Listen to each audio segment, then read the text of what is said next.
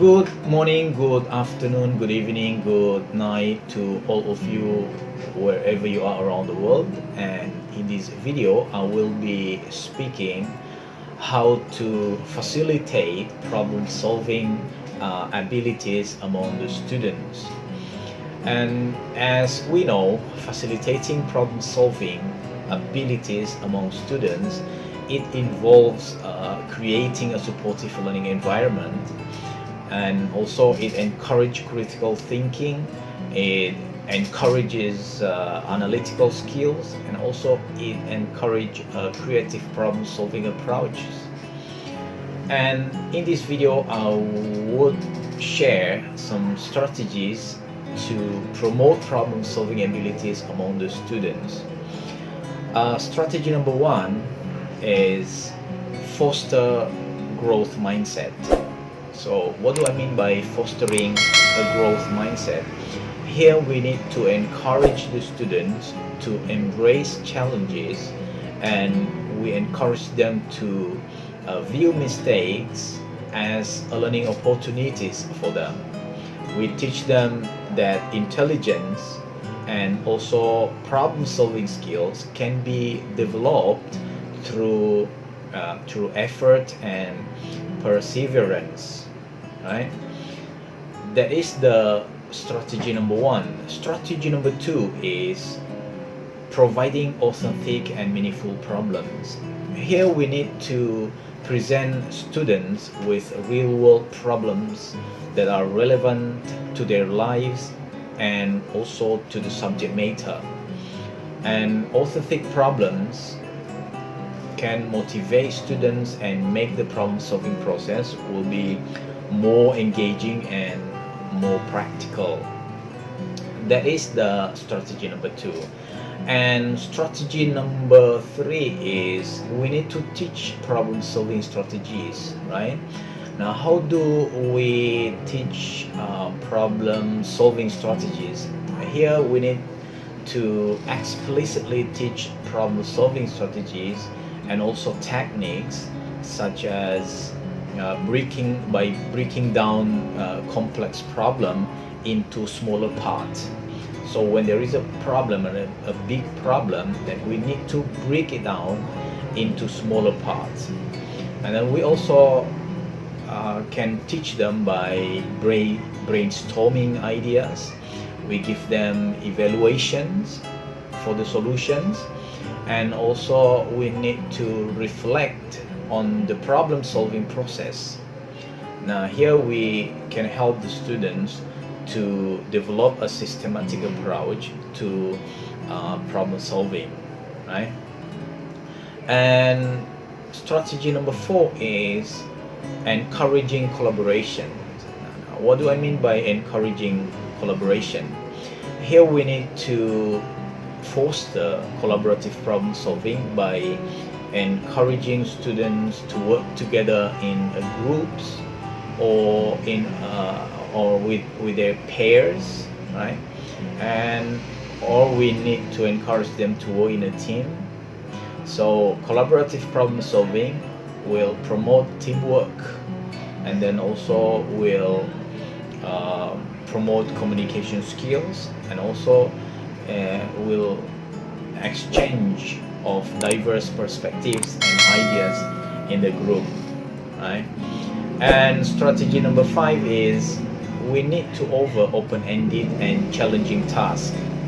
What do I mean by offering open-ended and challenging tasks? Here is we need to provide open-ended problems that have multiple possible solutions, right?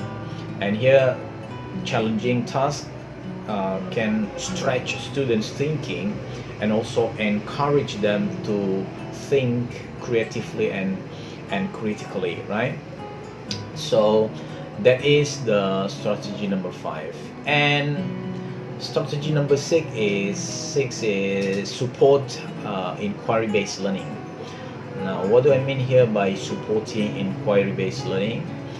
Here we need to encourage the students to ask questions, to investigate, and also to explore different possibilities. we need to inquire them to have independent thinking, and also to have problem solving skills, right? That is the strategy number 6. And strategy number 7 is providing resource and guidance. Of course, the student here need guidance, right?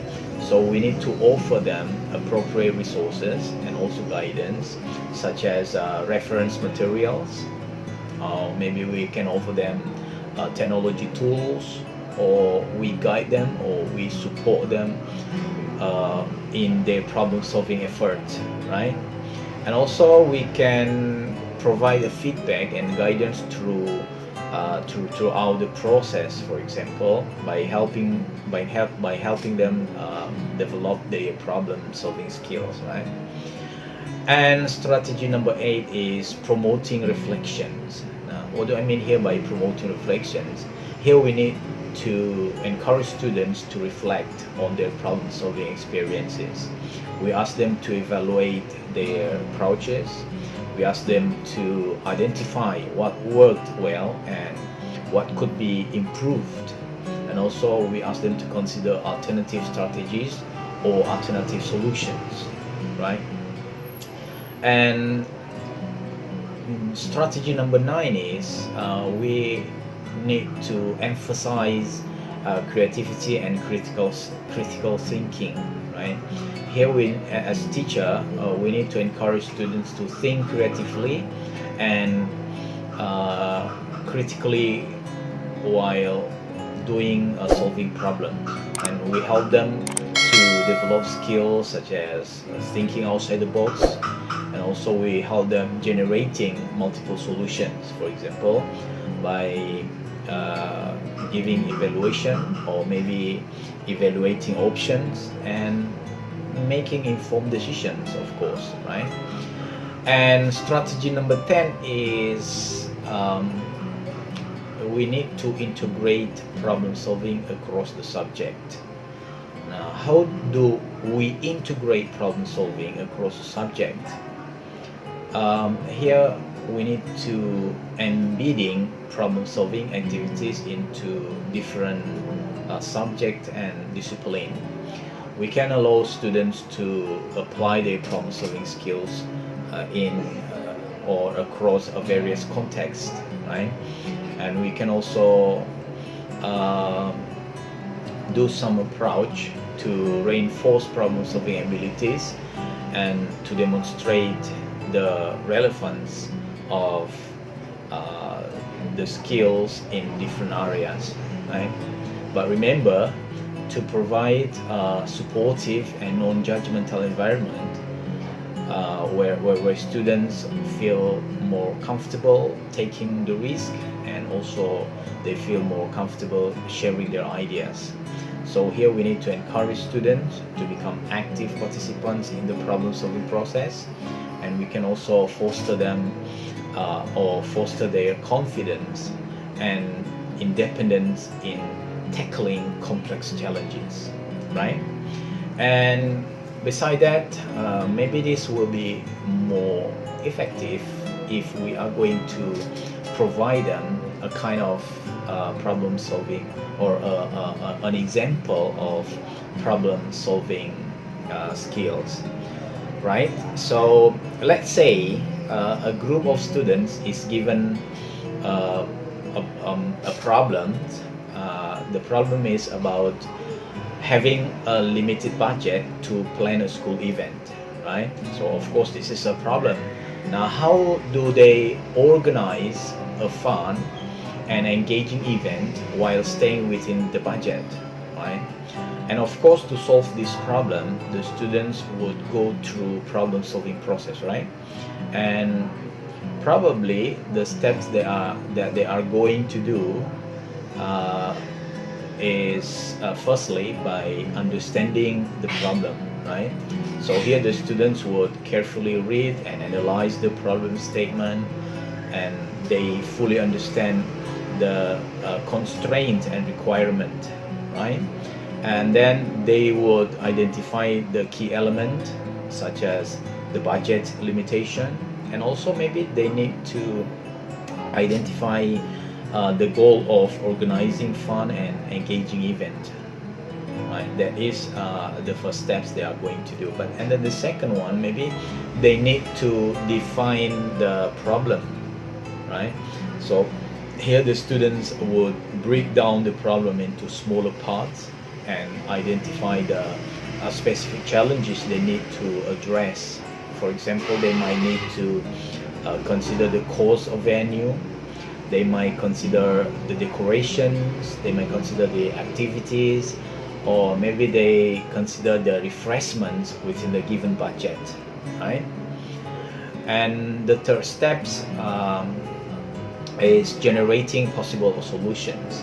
So here probably the students would brainstorm and generate the multiple ideas, right? And potential solutions to the problem they are going to solve. And they might consider different options like hosting the event on the school premises, right? Or maybe they are going to involve volunteers for decorations, or maybe they are going to seek sponsorships, or maybe they organize low-cost activities. So all these can be generated for possible solutions. And the four steps, probably the students are going to evaluate the solutions. So here the students would evaluate each solution based on criteria such as feasibility, and then cost effectiveness maybe, and also maybe they are going to evaluate potential for engaging the participant, or maybe they would weigh the pros and cons of each option, and probably they consider how well it aligns with the given budget and the desired outcome of a fun and engaging event, right? Or probably they are going to select the best solution after that. So this is the fifth steps that we'll be doing. After carefully evaluate the solution, so the students would select the solution that will appear to be the most suitable and the most feasible within the given constraint. So they would justify their choice based on the evaluation criteria, and maybe they are going to select or to make the decision based on how well it addresses the problems, right? And the six steps, probably by implementing the solutions, right? So after the students would put their chosen solution into action, of course they would plan the event based on the selected solutions.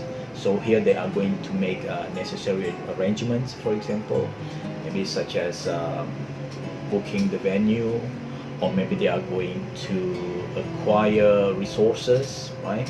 They are going to coordinate with volunteers, they are going to organize the activities well. So that is the six steps they are going to do. And the seven steps, probably they are going to reflect on the process. So here, once the event is completed, so the students would reflect on the problem-solving process, and they would evaluate the effectiveness of their chosen solution, or maybe they are going to identify any challenges. They are going to identify lessons they learned, or maybe they are going to consider how they might approach similar problems in different time in the future, right? So this example just an illustration to a simplified version of problem solving, right? And I do believe in reality problem solving scenarios can be more complex and can be more various variables, and of course the involve considerations and also iterations through the problem solving process will be needed in this case, right? Okay, everyone, that is all about my opinion how to facilitate the students with the problem solving.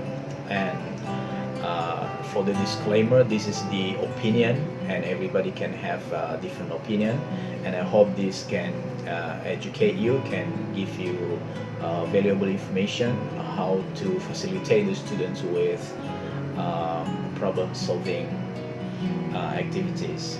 Thank you for listening and thank you for watching. If you think this video is useful and valuable, would you mind to click the subscribe, and also don't forget to share with other people in order they are going to learn more how to facilitate the students to solve the problems. And thank you for watching, and bye bye for now.